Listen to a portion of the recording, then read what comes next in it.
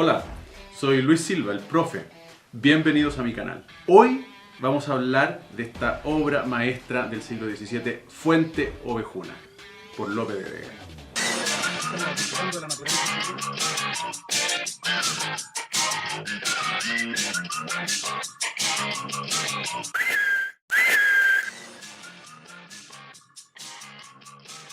Hay obras que lo persiguen a uno, como una mascota o como un fantasma, sin saber por qué. Están como en la parte de atrás de la memoria de uno reclamando su atención. Bueno, Fuente Ovejuna es una de esas obras para mí. Probablemente la leí por primera vez en el colegio, una de esas tantas lecturas que la mayoría olvidamos, pero Fuente Ovejuna se quedó. Y ahora, en la medida en que se ha ido robusteciendo mi interés por la política y conservando siempre este amor por la literatura, la obra empezó como a reclamar atención. Y bueno, aprovechando que estamos ahora en nuestro canal haciendo estos episodios de comentarios de obras y vinculándolos con la política y con el presente de nuestro país, me vi obligado, entre comillas, a responder al llamado de la obra Fuente Ovejuna y dedicarle el episodio de hoy. ¿Por qué creo que vale la pena comentar esta obra y compartirla con ustedes? Porque en esencia nos presenta el conflicto entre un pueblo, en este caso Fuente Ovejuna, que así se llama, y su autoridad, el comendador Fernán Gómez. Y las características de ese conflicto y el modo como ese conflicto se desenvuelve y cómo es el desenlace de ese conflicto, creo que nos ofrece un buen referente para los chilenos hoy, en un momento en que en el país se viven unas circunstancias políticas especialmente intensas. Obviamente que nunca han faltado las circunstancias políticas intensas, pero creo, y compartirán conmigo, que hoy en Chile, con un estallido social reciente y con una convención constitucional en curso, son especialmente agudas. Y creo que la lectura, el análisis, la discusión, la conversación acerca de esta obra de Fuente Ovejuna puede darnos buenos referentes para simplemente catalizar, digerir, asimilar, enfrentar el conflicto político hoy en Chile. Esa es la razón.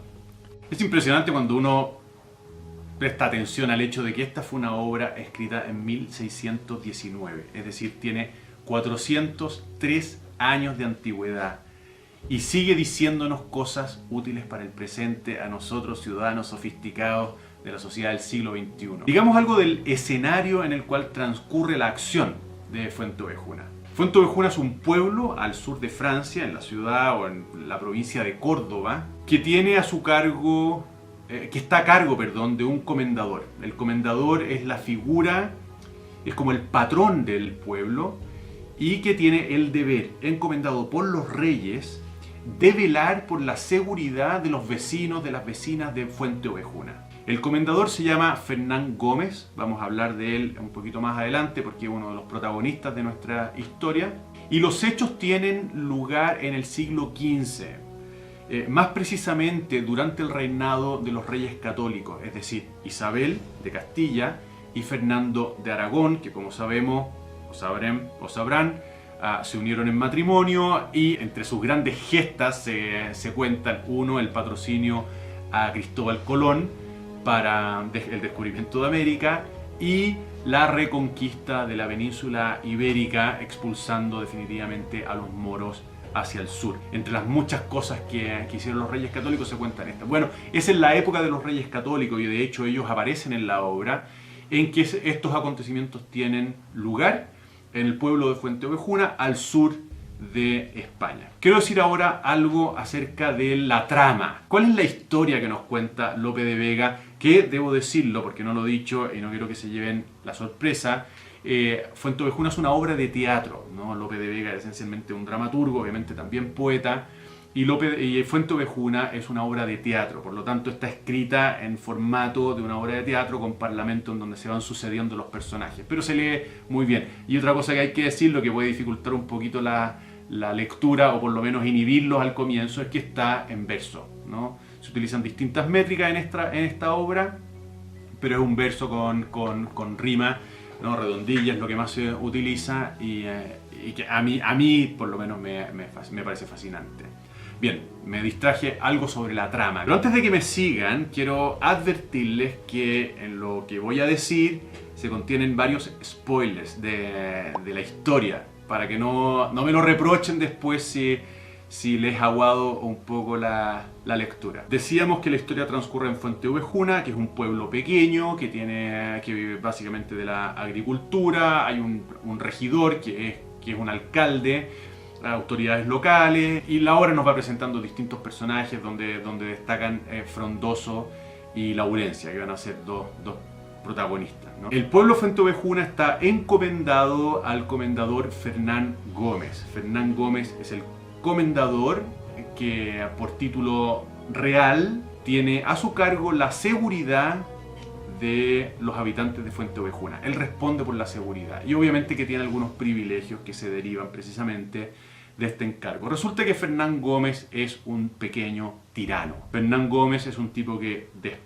menosprecia a los vecinos de Fuente Ovejuna, los trata mal, los mira para abajo, los lleva con la punta del pie, y lo que provoca la mayor indignación entre los habitantes, los vecinos de Fuente Ovejuna, es que se aprovecha de las mujeres del pueblo. Por las buenas o por las malas, suele llevarse a las mujeres del pueblo a su castillo, a su fortaleza, y allí abusa de ellas, ¿no? Hay algunas que lo hacen con consentimiento y otras que no consienten y él las lleva igual.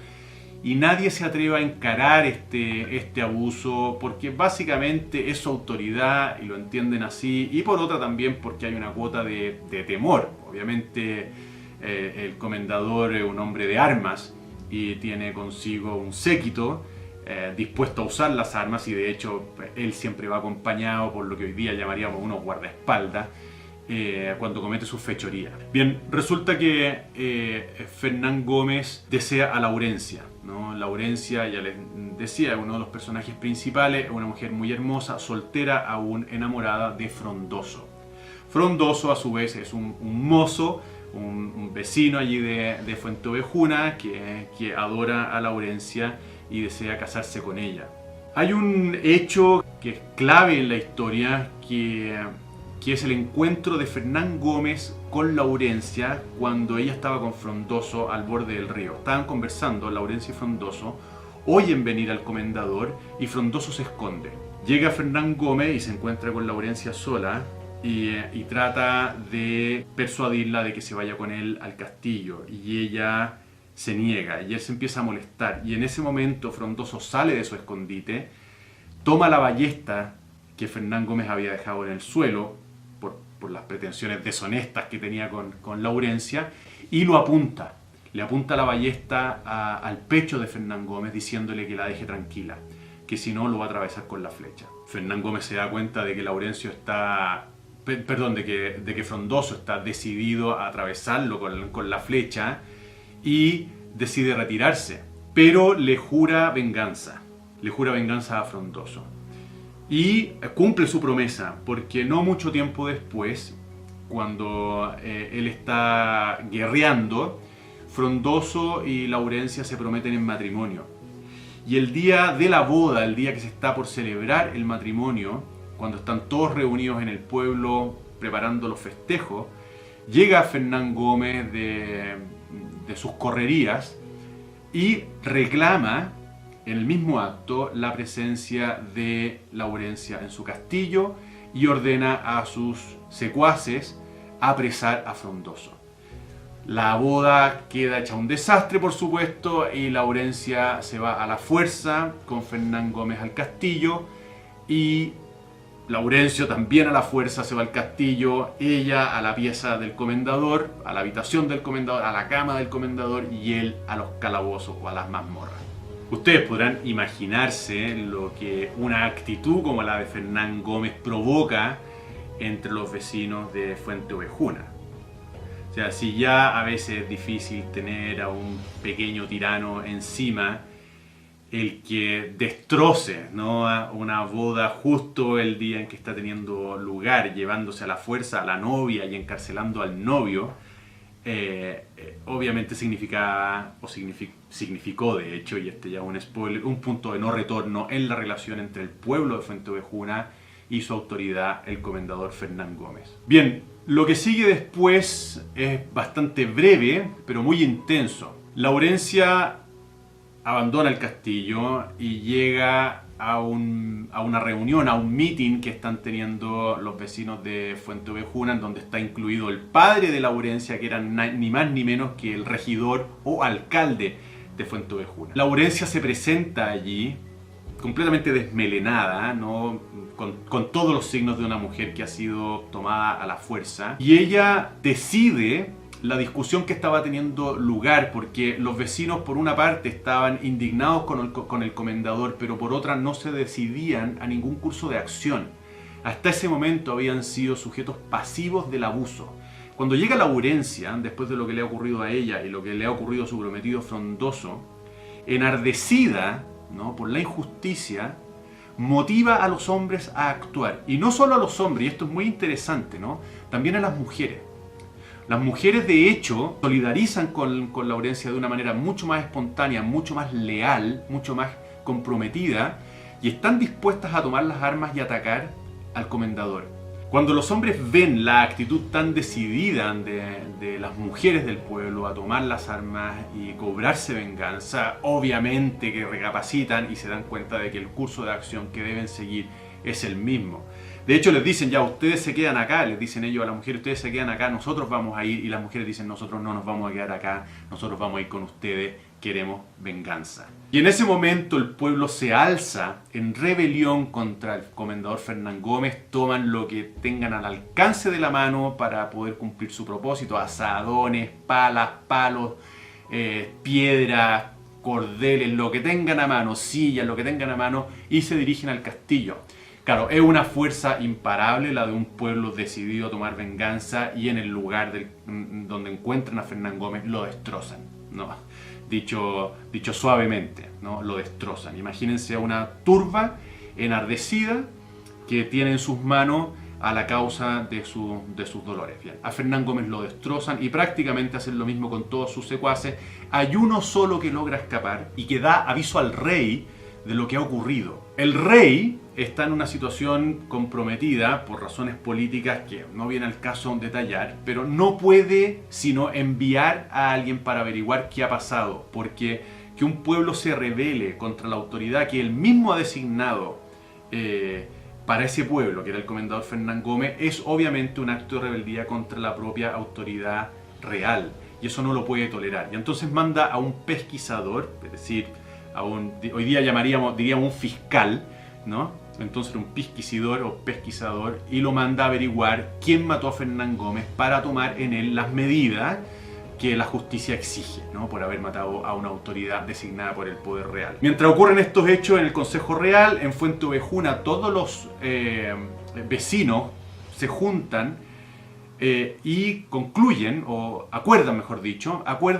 salvarse, cuidarse las espaldas entre todos. Nadie va a decir quién mató al comendador. Y de hecho es físicamente difícil decir quién lo mató, porque cuando una turba arremete contra un individuo es imposible decir quién lo mató, si le llegan combos, palas y picotas desde todas partes, ¿no? Lo mataron todo. Y bueno, ellos dicen, mire, cuando nos pregunten, porque saben que viene la investigación, cuando nos pregunten quién mató al comendador, ¿qué vamos a responder? Fuenteovejuna. ¿Quién mató al comendador? Fuenteovejuna lo hizo. ¿Pero quién mató al comendador? Fuenteovejuna fue. Así es como, paréntesis, así es como el nombre Fuenteovejuna ha pasado a convertirse prácticamente en un concepto que designa la rebelión, a veces justa, a veces injusta, de un grupo, normalmente un pueblo o lo que más se le parezca, contra su autoridad, ¿no? Básicamente Fuenteovejuna pasó a convertirse en un lugar común del lenguaje castellano. Bien, llega el pesquisador o el fiscal a Fuenteovejuna a averiguar quién mató a Fernán Gómez, el comendador. Y para esto los métodos que utiliza, hoy día obviamente nos escandalizan, pero para la época eran normales, son la tortura, ¿no? Es decir, a través de la tortura el pesquisador va averiguando, obviamente les pregunta de buena y primera al principio, pero como nadie responde, bien, pasan al potro, ¿no? Y en el potro él va preguntándole a mujeres, a ancianos, niños. Hay un niño de 10 o 12 años que es sometido a las torturas del pesquisador en el potro. Y nada saca, ¿no? Cada vez que, bajo tortura, el fiscal pregunta ¿quién mató al comendador? La respuesta es invariable. Fuente Ovejuna fue, Fuente Ovejuna lo hizo.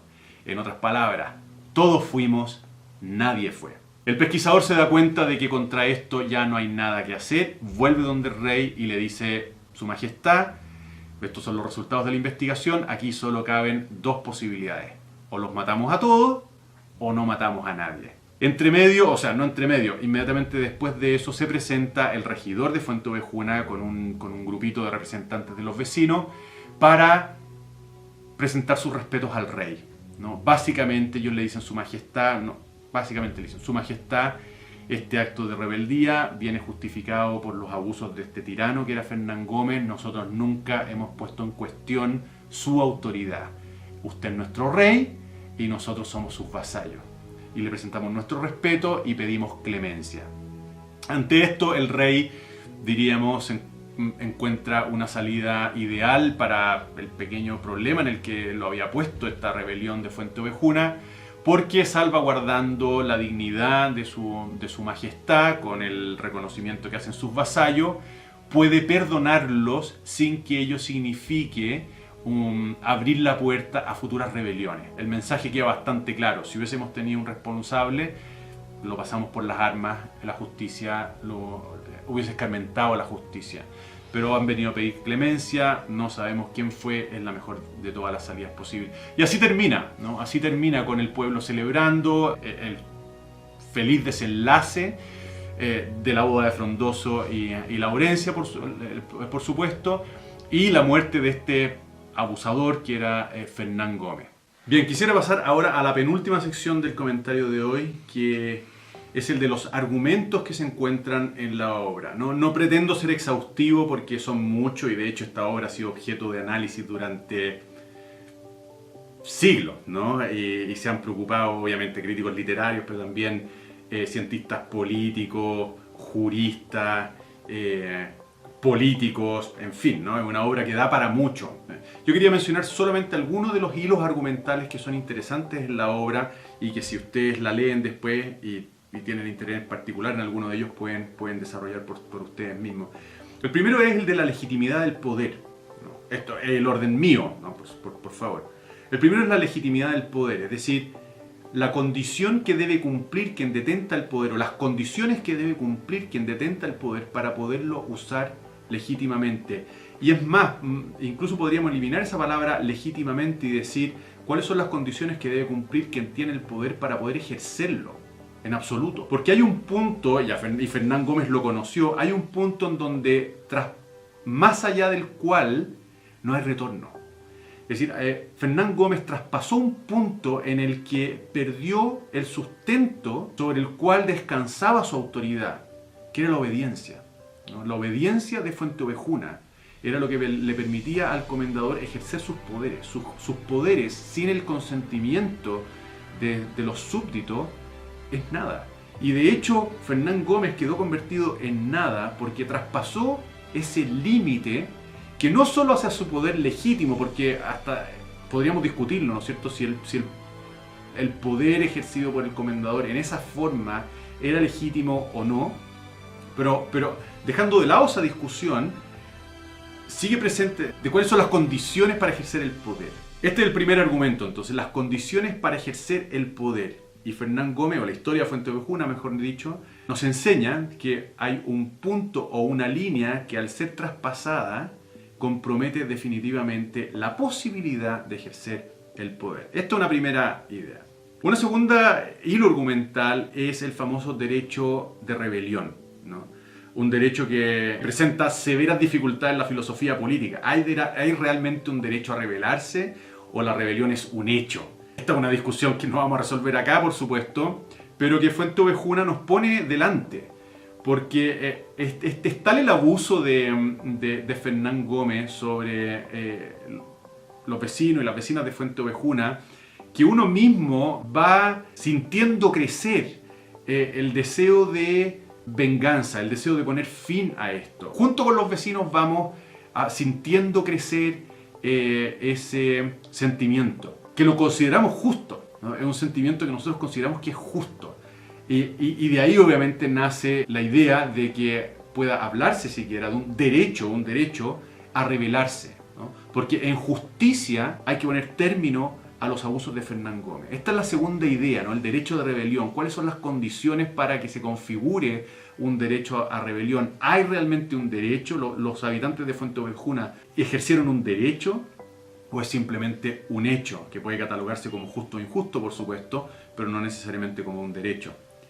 Después está el problema, otro hilo argumental es desde la perspectiva penal o del derecho penal. ¿Hay un responsable aquí de la muerte de Fernán Gómez? Si no podemos identificar quién lo mató, podemos decir que hay responsabilidad, podemos atribuir la responsabilidad al pueblo en su conjunto.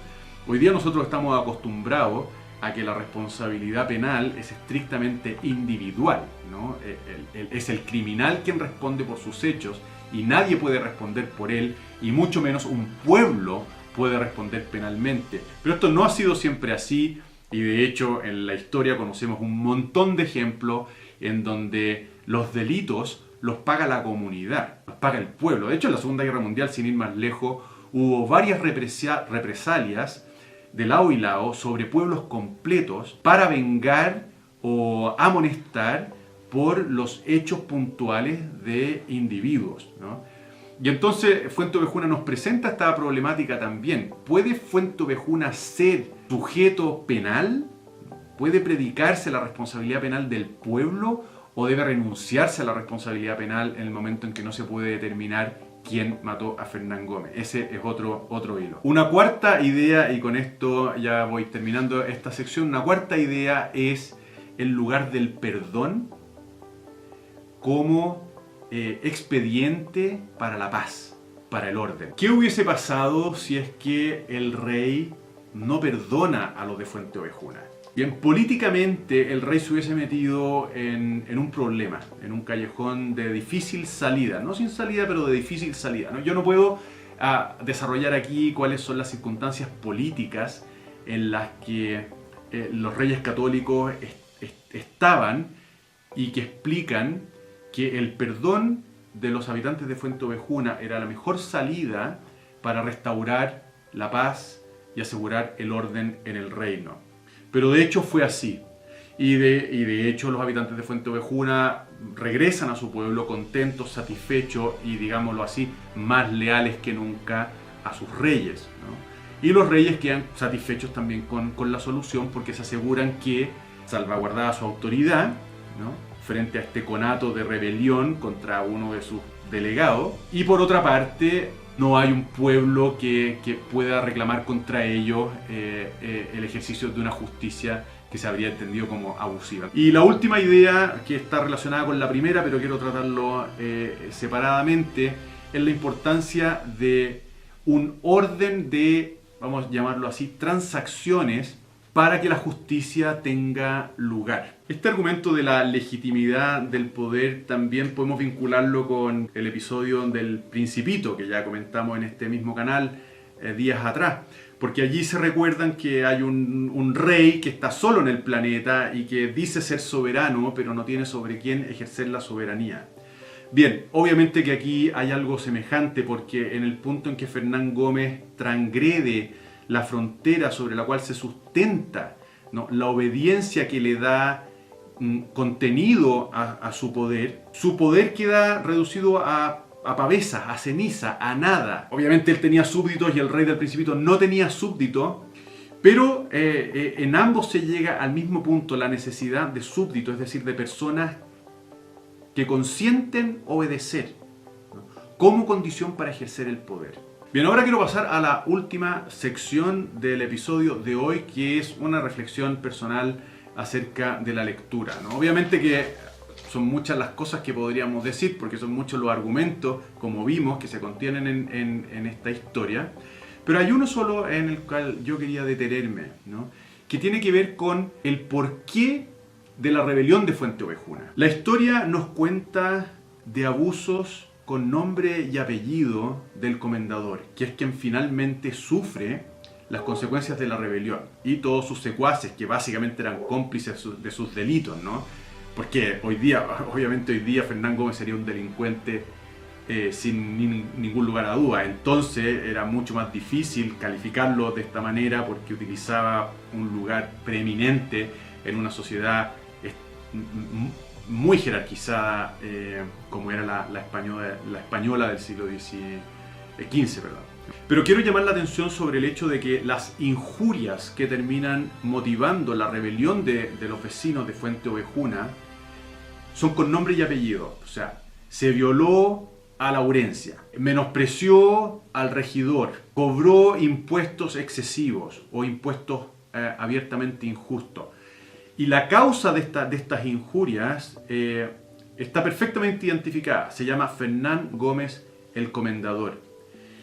La rebelión tiene como objeto terminar con las causas de esos abusos, y para ello hay que terminar con el abusador, que se llama Fernán Gómez. Llamo la atención sobre esta particularidad o esta particularización del mal que motiva la rebelión, porque hoy día estamos acostumbrados a un discurso en donde los males contra los cuales nos llaman a rebelarnos, o los males contra los cuales nos llaman a rebelarnos, son males abstractos, ¿no? Sin una causa individualizada que podamos señalar con nombre y apellido, ¿no? Es normalmente el sistema, la estructura, ¿no? La dinámica opresor-oprimido, en fin, ¿no? Ustedes estarán más o menos familiarizados con esa jerga que siempre está distribuyendo responsabilidades a los males que padecemos, pero sin poder individualizar la causa.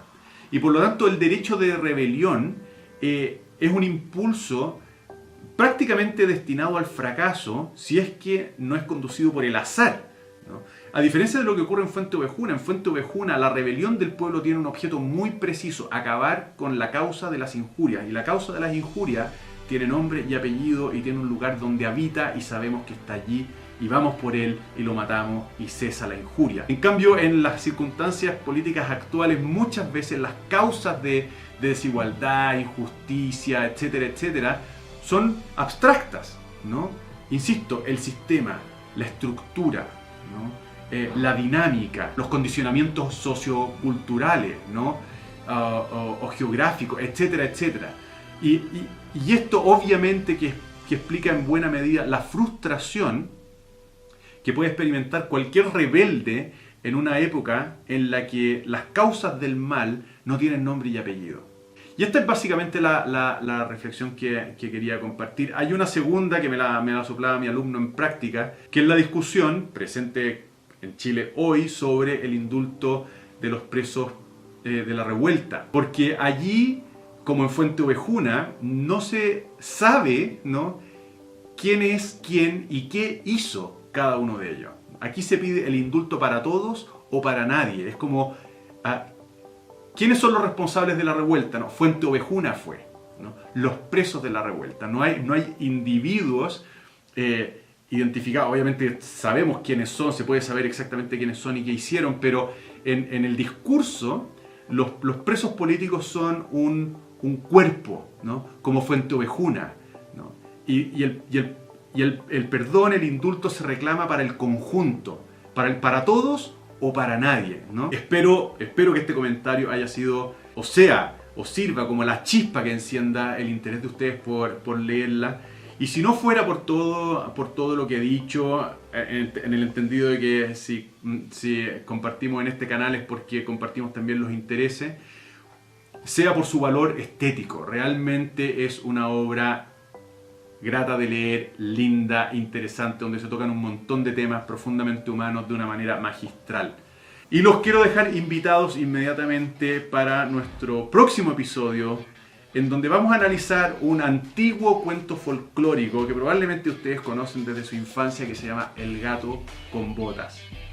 ¿Qué tiene que decir el profe respecto del gato con botas en un canal como este, en unos episodios como estos? Bueno, véanlo y sabrán la respuesta. Quería pedirles que se suscriban a este canal, que le den likes al episodio para ir fortaleciendo este trabajo. Y también dejarlos invitados a seguirnos en las distintas cuentas que tenemos en las redes sociales. Estamos en Instagram hace rato, estamos desarrollando TikTok, tenemos Facebook y también Twitter, ¿no? Yo era reacio a meterme a Twitter, pero me han convencido de que hay que estar ahí y ahí estamos. Ojalá nos puedan acompañar. Gracias, adiós.